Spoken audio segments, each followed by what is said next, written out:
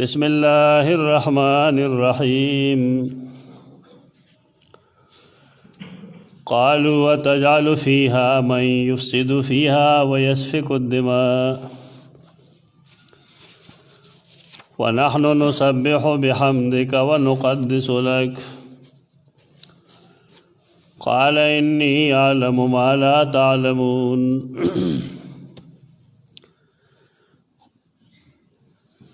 اسماء الله الحسنى تذکرہ و بحث مخکې شروع دی.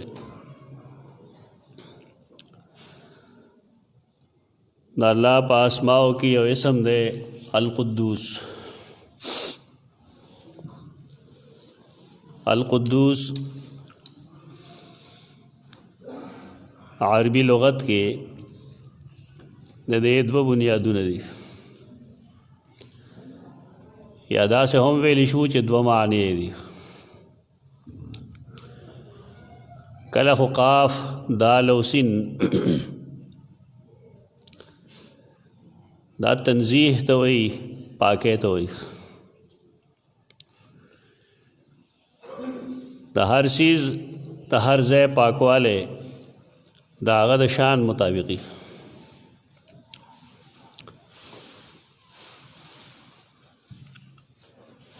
مونږه مساجد پاک ساتو، د سنې پاک ساتو، د دینا چې په دې کې څه ګندګي نه وي.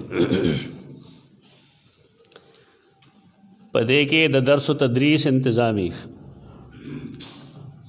د صلات با جماعت انتظام پکې، دارنګې دې ته ګند نه راوړو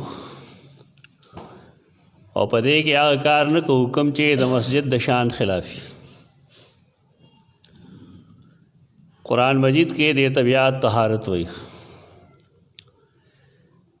ابراهیم علیہ السلام و اسماعیل علیہ السلام دواړو ته الله حکم کړو طهر بیتی للطائفین والعاکفین والرکع السجود. تاسو دواړه زما کور پاک ساتئ د طواف کوونکو دپاره. د الله د کور پاکوالی دا همي چې پای کې نجاست هم نه وي، یو نجاست ظاهري یو نجاست باطني. شرک، کفر، بد اخلاقی، بدعات وغیرہ دا ټول نجاستونه دي. تو بیت الله سره پابندی داوا چې دې کې وا نجاست نه وي، یعنی شرک به نه وي په دې کې. دا به د شرک د آلودګۍ نه پاکي صاف ستره وي. دا د جماعتونو د مکاناتو پاکوالی دی او دا ډېر اهم دی. اکثر مسلمانان دې طرف ته توجه نه کوي. جماعتونو کې توکاڼي توکل، کې پوده سوڼول، مصلا د منځ بربادول، خرابول، دا ټول شرعاً ګندګۍ دي. رسول الله صلی الله علیه وسلم یو ځل د مسجد قبله سایډ باندې چې کوم دیوال دی کې وکتل چې چا پوده سوڼ کړې ده. رسول الله صلی الله علیه وسلم خپل کیړی راواغست او هغه اوریجوله او فرمایل جماعتونو کې دا قسم حرکات مناسب نه دي. د جماعت صفا ساتل د انبیاء علیهم السلام طریقه ده. نن هر یو سړی ځان پوخ ګڼي او د دې ضرورت نه ګڼي چې جماعت میں ګنده کو که صفا میں کو. دارنګې د انسان پاکوالی دی، یو ظاهري پاکوالی دی یو باطني پاکوالی دی. ظاهري پاکوالی دی چې د دو جامع لباس د دو وجود هغه پاک صاف ستھرا وي، بدبودار نه وي. او باطنی پاکوالی دارے چې عقیده د توحید کلک وي. د شرک ارتکاب نه کوي، د بدعاتو ارتکاب نه کوي، لوی پکې نه. تکبر غرور نه ځان ساتي، ځکه دا ټول څیزونه ګندګۍ دي او دا چې انسان کې وموندی شي نو دی که هر څه ځان ته وایي لیکن د الله په نزد دی د وزر برابر هم نه دی. دارنګې انسان کې دننه دی هغه نجاستونه نه وي کوم ته چې حکمي نجاستونه وایي. دا پاکوالی قسمونه دي، مختلف قسمه. پاکوالی دی ته هم وایي چې سړی ځای صفا کي جارو باندې، لیکن دا الله پاکوالی دا هغه تنزیح هغه څه شی دی، دا هغه ملائکو هغه آیت کریمه کې ویلی دی، کوم آیت چې ما لوستلی دی په یې کې د نقدسو تذکره ده. یو داسې لوښی چې هغه تانبې نه جوړو سطل، هغې ته به یو دسته لګېدلې وه، په هغې باندې به عربو پاکوالی حاصلو، هغې ته عربی کې قدس وایي. قدس یعنی د هر چا پاکوالی، د هر څیز پاکوالی د هغه د شان مطابق، او د الله پاکوالی هغه به د هغه د شان مطابق. او دا نه چې انسان به پاکی خی، انسان وسه الله پاکی، بلکې انسان با عقیده ساتي د الله د قدوسیت. دا مطلب ده نقدس لک به دا معنی نه چې مونږه تا پاکو، مونږه عقیده لرو ستا د تقدیس. د هغې د جملې معنی انشاءالله وروسته واضح کوو، کوم چې امام ابن جریر رحمه الله د دې آیت کریمه لاندې لیکلی ده چې نقدسو څه معنی ده. د قاف دال سین بنیادی معنی پاکواله ده. په کوم لوښي چې به هغې پاکواله راوستو، مخ به یې وینځه، پې لاس به یې وینځو، نو هغې ته به یې قدس وایي، قدسن. دارنګې قاف دال سین کله کله برکت ته وایي. عربی کې د دې دا دوه استعمالات دي، قرآن مجید کې هم دا دوه استعمالات دي. سیدنا جبرائیل ته قرآن مجید کی یا په احادیثو کې روح القدس وایي، قدس. دغه د هغې قاف دال سین نه دی چې هغه د برکت نه دی، هغه روح چې د برکاتو نه ډک دی، روح القدس. قرآن مجید کې یو خاص ځمکه ده، د هغې لپاره دوه الفاظ استعمالی، یو مقدس او دویم بارک نافی.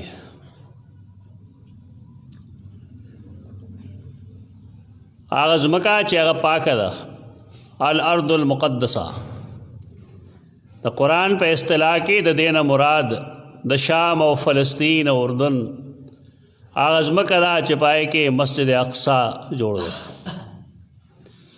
کم کې چې بیت المقدس دی.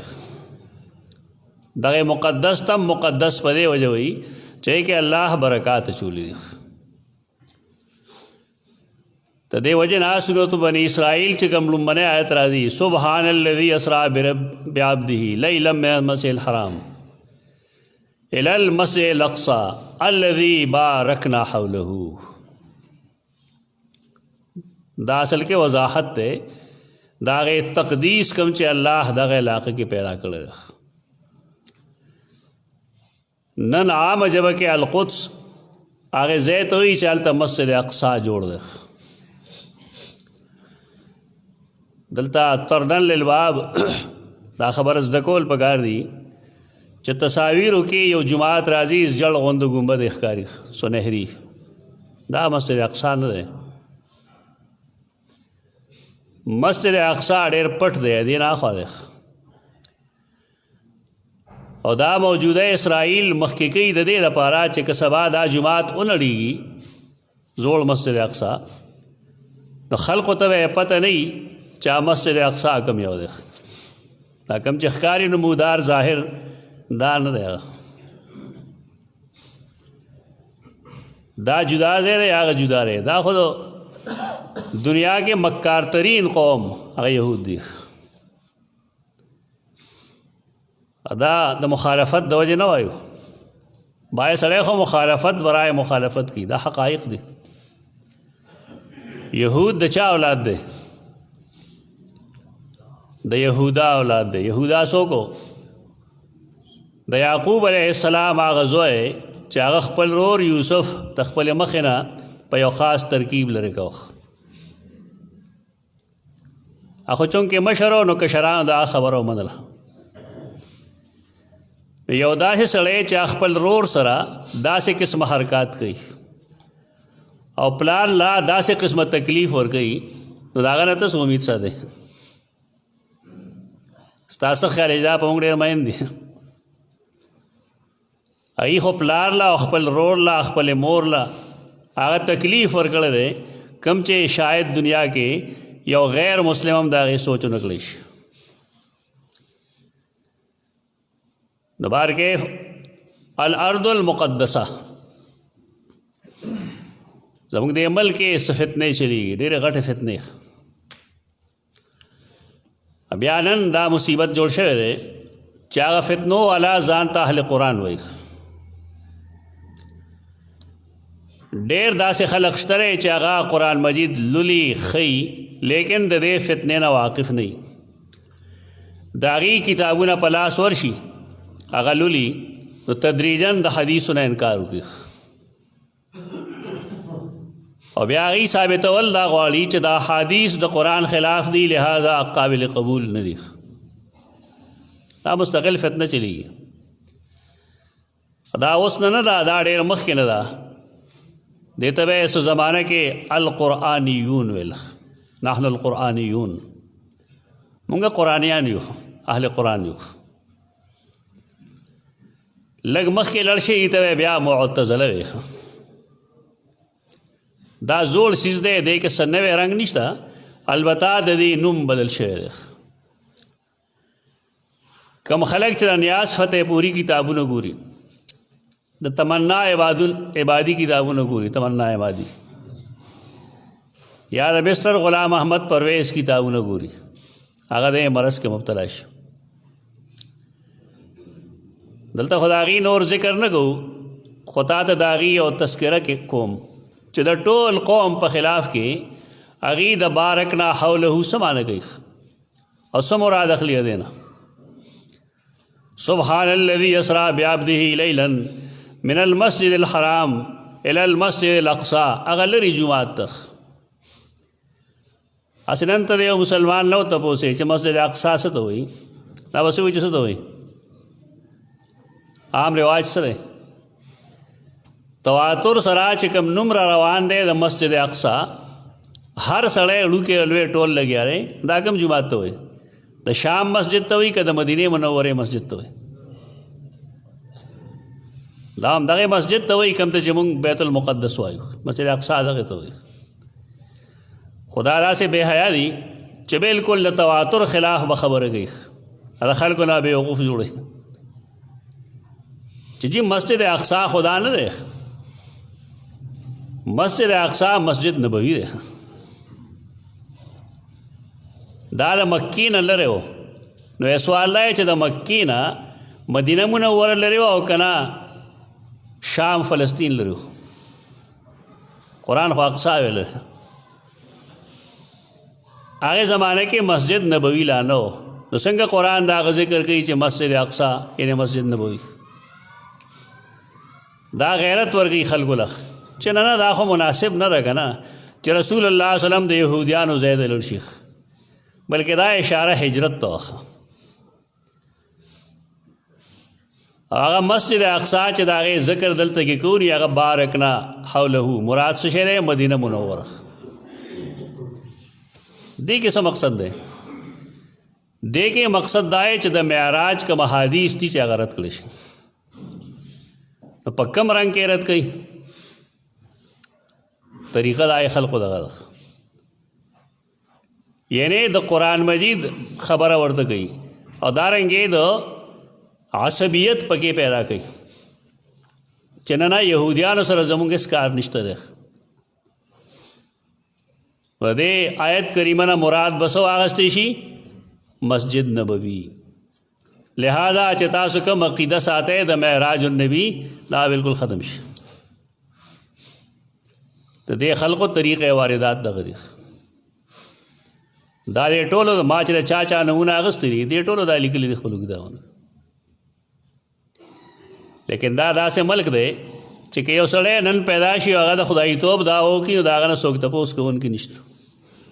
ازادي ده، پاکستان دی. که یو سړی پیدا شي هغه نبوت دا وکړي څوک یې تپوس نه کوي. زمونږ په قانون کې د مسلمانانو د دې ملک چې کوم وزیر اعظم یا د دې ملک د افرادو د دې سرکاری مذهب څه شی دی؟ اسلام ده. قانون کې دا شته دی. یو سړی چې د اسلام خلاف یو خبره کوي نو پکار دا دی چې حکومت هغه ونیسي، عوام نه. دا د حکومت ذمہ داری ده چې کله د ریاست او د سټیټ بنیادی دین او بنیادی مذهب اسلام دی ناغیل پکار دی چې هغه خلق چې هغه د اسلام خلاف حرکات کوي چې ونیول شي. کار څه کوي؟ د ملک خلق قانون چلیدو ته نه پرېږدي. دا تفسیر چا کړی دی په دنیا کې؟ د تمنا عمادی، نیاز فتح پوری، سر سید د دې نه مخکې دنیا کې هیڅ څوک د دې نه واقف. دا دې لپاره کوي چې د معراج النبی صلی الله علیه وسلم نه انکار وشي. او هغه تلل راتلل کم چې رسول الله صلی الله علیه وسلم لیلا من المسجد الحرام الى المسجد الاقصی کم کړو د هغې نه انکار وشي. دغه مقصد د آی کور ته هم بیت المقدس وایي، قاف دال سین برکت ته وایي. هغه کور چې با برکت کور دی. ای سره د اسلام ډېر لوی تاریخ وابسته دی د سیدنا داود علیه السلام نه رستو زمانې نه. دا رستو کعبه ده بیت المقدس. تاریخ به انشاءالله بلې جمعه ووایو. په دې باندې څه اعتراضات هم راځي علمي، هغه اعتراضات به مو کوو انشاءالله، هغې جواب به مو کوو. خو لومبنۍ قبله زمونږ کعبه ده، دویمه قبله دا مسجد اقصی بیت المقدس. قرآن دا غی بارک فرمائی بارکنا حوله و بارکنا فیه. دا مسلمانان آغی سر دا تعلق وابستر چالتے کہ رسول اللہ صلی اللہ علیہ وسلم دا معراج پشپواندے منز کرو، دو گانے اکڑو، یعنی دعا رکعت منز اکڑو. اور دا انبیاء علیہ السلام دا غی امامتی کرو. بس خلق خو بحث برائے بحث چلی گا نا، بس مطلق خبر وکړه انبیاء له امامتي ورکړه. نو خلک به بګې بحث کوي چې دا جی روحونه راغلي وو که دا جوسې راغلی، دا کومې جوسې راغلی، هېچ چا ته یې پته نشته. زمونږ د نن دور د علماو کار دا دی چې دوی به ایس بیسه سوال جوړوي او ایس بیسه به د هغې ځان له جواب کوي. چا سره د علم دی چې دا څه په موقع باندې حاضر دی سیدنا محمد مصطفیٰ صلی اللہ علیہ وسلم. هغه د دې تفصیل نه دی کړی. نو آیا دا زموږ ذمہ داری ده چې یو څیز تفصیل رسول الله صلی الله علیه وسلم نه کړی؟ تعلق عالم الغیب سره نه، تعلق عالم الغیب سره. نو زه به د هغې څه وضاحت وکړم. قرآن مجید کې نور څه نشته دی، په احادیث مطهره کې څه نشته دی، د صحابه کرامو نه پکې څه نقل نشته دی. زه به د خپل عقل په زور دا معلوموم چې دا څه الله نه یره پکار ده قوم دې مصیبتونو کې مه ګرفتاره. بس حدیث کې راغی زموږ په ایمان دی چې د انبیاء علیهم السلام امامتي وکړه. ٹھیک درست څنګه امامتي وه موږ نه یو خبر، د کوم ټایم مونځ و موږ نه یو خبر، فرض و که نفل و هېڅ علم نشته. مونځ فرض کېږي د معراج په شپه باندې، د هغې نه مخکې څنګه امامتي ده. د دې ټولو څیزونو تعلق دا نقل سره. زمونږ خلک په خبرو نه مړېږي، دی به ځان یو دعوه کي بیا په نصوصو کې تو راتاول کوي. قرآن او حدیث کې د ځان خبره کول ګناه ده. ثبوت نشته، بس نشته دی، خاموش پاتې شي. دا هر سوال جواب چا سره نه وي، دا څنګه و هېڅ پته نه لګي. خو دې سره زمونږ دغه غټ تعلق وابسته دی چې رسول الله صلی الله علیه وسلم هلته کې امامت د نبوت، امامت د انبیاء علیهم السلام کړی دی، او دې وجې نه هغه ته امام الانبیاء وایي صلی الله علیه وسلم، امام الانبیاء. قاف دال سین دو مفهوم مونږ بیان کړل، تنزیح پاکواله، او قاف دال سین برکت. اوس ګورو چې الله ته ولې قدوس وایي. قدوس اسم تفضیل صیغه ده که قدوس هغه چاته وایي چې هغه کې ګن چرته نه راځي، کمزوري پکې نه راځي، هغه ته وایي قدوس. دلته زمونږ هغه زوړ مرض دی د چا نوم عبدالقدوسي، زمونږ ورته څه وایو؟ قدوس یې کاکا. دا د مسلمانانو مرض دی، د الله نور رانول دا د مسلمانانو کار دی. هغه وایي زه عبدالقدوس یم، دی ورته وایي نه ته قدوس یې. قدوس هم نه بلکې قدوس یې.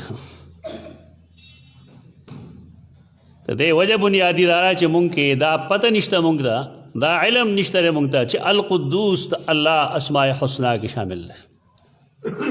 مسلمان چاته وي نن اجهل الخلق، په ټول مخلوق کې چې د دین نه ناواقف یا ته مسلمان وي، ته پته نه لګي سره. د دربو غوندې زمونږ بچي لویږي، زمونږ هر سړی لکه د دربو غوندې لویږي. نه هغه ته څوک عقیده ښیي، نه ورته اعمال ښیي، نه ورته اخلاق ښیي، نه ورته عادتونه ښیي، بس دا کلامي بحث به ورته ښیي چې مړی اوري که نه اوري. پلانې شی داسې دی، پلانې شی داسې دی، دغې نه څه نه جوړېږي. مړی که واوري نو هم څه نه کېږي، که وانه اوري هم څه نه کېږي. بنیادي عقایدو ښیي خلقو ته، کم سے کم د الله اسما خو وښیي، د هغې نومونه وضاحت وکړئ چې دې څه معنی ده، څه مفهوم دی. قدوس یو داسې ذات چې هغه کې هیڅ قسم کمی نه وي، هغه صرف د الله ذات. مخلوق قدوس نشي کېدی. دوار کې الله رب العزت هغه وایي زه قدوس یم. څنګه قدوس یم؟ الله پاک دی. آیت کریمه چې ما ویل دی خو د هغې رڼا کې د قدوس دا مفهوم به انشاءالله موږ متعین کوو. ملائکو چې کله آدم علیه السلام الله پیدا کو، نو الله هغې ته یو خبر ورکړی چې زه یو انسان پیدا کوم نائب. په هغې کې خبرې اترې وشوې، نو آخر کې هغې وایي ونحن نسبح بحمدک ونقدس لک. نقدس لک معنی ابن جریر د آیت کریمه لاندې لیکي صفحه 248 کې ننسبک الی ما هو من صفاتک. مونږ ستا نسبت کوو هغې صفتونو ته کوم چې پتا کې موجود دي. من الطهارة من الادناس، ادناس د دنس جمع ده، دنس او دنس خیری. یعنې مونږ وایو چې ته د هر قسمه خیری نه پاکې، د هر قسمه عیب نه پاکې. وما اضاف الیک اهل الکفر بکا، او مونږ ته د هر هغې برایۍ نه او د هرې هغې کمزورۍ نه پاک ساتو، پاک ګڼو. زمونږ عقیده دا ده چې ته د هغې نه پاکې، کم چې کافران تا ته د هغې نسبت کوي. یعنی تقدیس بنیادی مفهوم څه دی؟ الله رب العزت د ازدادو نه د اندادو نه پاک ګڼل. نقدس لک مونږ ځان پاکوو لکه ستا د وجې، مونږ تا پاک ګڼو. ستا شریک نشته دی، ستا ولد نشته دی، زوی ستا صاحبه نشته، ښځه دې نشته، ته چاته کمزور نه، تا کې څه عیب نشته دی. دا ټول صفات دې ته وایي تقدیس. اوس هغې څه وایي نسبح بحمدک ونقدسو، مونږ ځان هم پاک ساتو، یعنی ستا مخلا چې رازو کلا ستا دربار ته رازو نو پاک رازو د هغې پاکوالی به د هغې د شان مطابقي لیکن زمونږ دپاره حکم دا دی چې کله مونږ د الله دربار ته ځو مسجد ته ځو نو مونږ د پاک صاف زمونږ لباس د خیچن پیچن نه ایخ ولې یو خدا معاشرتی اخلاقی مسله ده چې زه چا سره ملاویږم نو باید چې په ښه لباس کې ملو شم دویم دا چې د منځګزار نه دی بدبو نه ځي کله چې منځګزار نه بدبو ځي نو حدیث کې راځي رسول الله صلی الله علیه وسلم فرمایي ان الملائکة تتعذى ملائکو تم تکلیف رسی د هغې نه د کم نه چې انسانانو ته تکلیف رسی جماعت دا اجره نه ایخ د دې د آدابو خیال ساتل پکار ماشومان جماعت نه ځغلوی ما دا علاج نه دی مونږ خو الحمدلله هلته کافي کار کړی دی اول چې ما دا کار شروع کړه مشران به ډېر خپه ډېر زیات زما مزاج کې سخته خبره نه وي خو کله سړی تنګ شي بیا سخته خبره هم وکړو یو مشر و مړ دی اوس الله دې وبخي ما ته دا بل ځای کې خدا ماشومان نه راځي جومات نو ما ورته که ته په وخت چا عادت کړی جومات سره نو ته بیا په ټایم راتلی صحیح خو ته ماشوموال نه چا نه عادت کړی ځکه ستاسو جومات سره نه لګي ته دې بچپنې نه دا ماشومان جومات سره عادت کړي او دې ته صفای سترای چلو خیر چې مسجد کې خلک څنګه ځي دننه بیا د مسجد سترایي هغه دا همي چې انسان ادب سره ودرېږي اخلاقو سره ودرېږي شور نه کوي زوږ نه کوي ډېره د افسوس خبره ده مونږ چې کله هلکان وو اوس هم بعض جوماتونو کې دا څیزونه شته حافظ صاحب زمونږ ماماجي دی الله وبخي ابا مونږ له تراویح راکولې زما والد صاحب دی الله وبخي بیمار و نو شاته به د مشرانو یو بل سره عجیبه عجیبه حرکتونه کول حافظ به لګیا او قرآن به یې لوسته دی به لاندې شاته بل څه کول چې کله حافظ صاحب رکوع لته الله اکبر به وایي که نه نو څنګه چې دا اوس ماشومان کوي دا شان به یې رامنډه کړه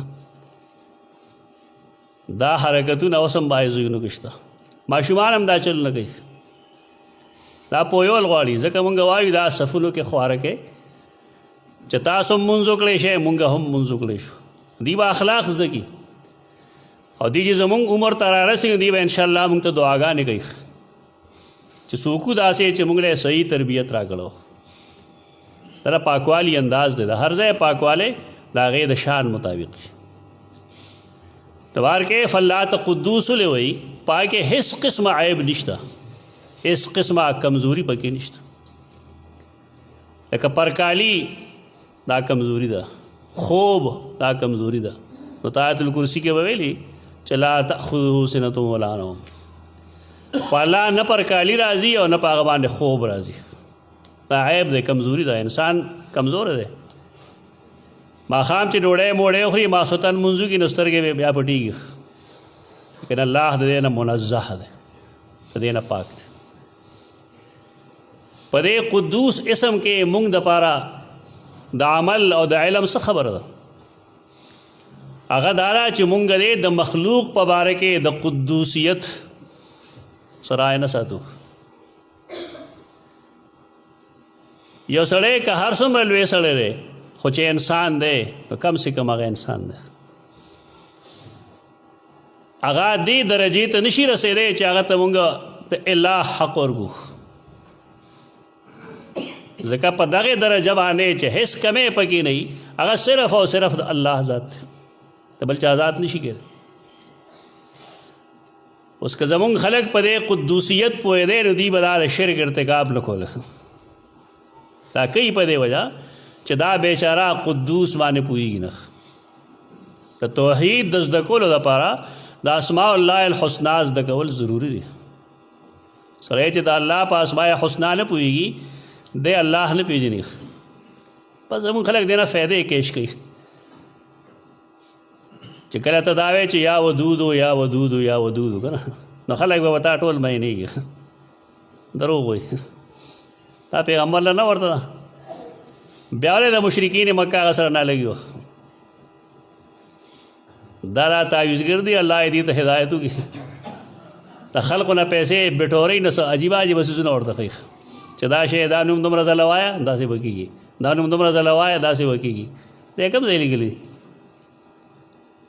آیا قرآن کې شته دی د نبی کریم صلی الله علیه وسلم په احادیثو کې شته دی د صحابه کرامو اجماع کې شته دی قیاس د یو مجتهد کې شته دی نه هېڅ ځای نشته خو دا کوم ځای نه راغله د دې لنډ جواب دی دا د خلکو تجربې دي او ښکاره چې تجربه دین نه وي مانه څوک تپوس وکړي نه چې څوک پوهېږي نو ته ورته وایم دا تجربه ده د خلکو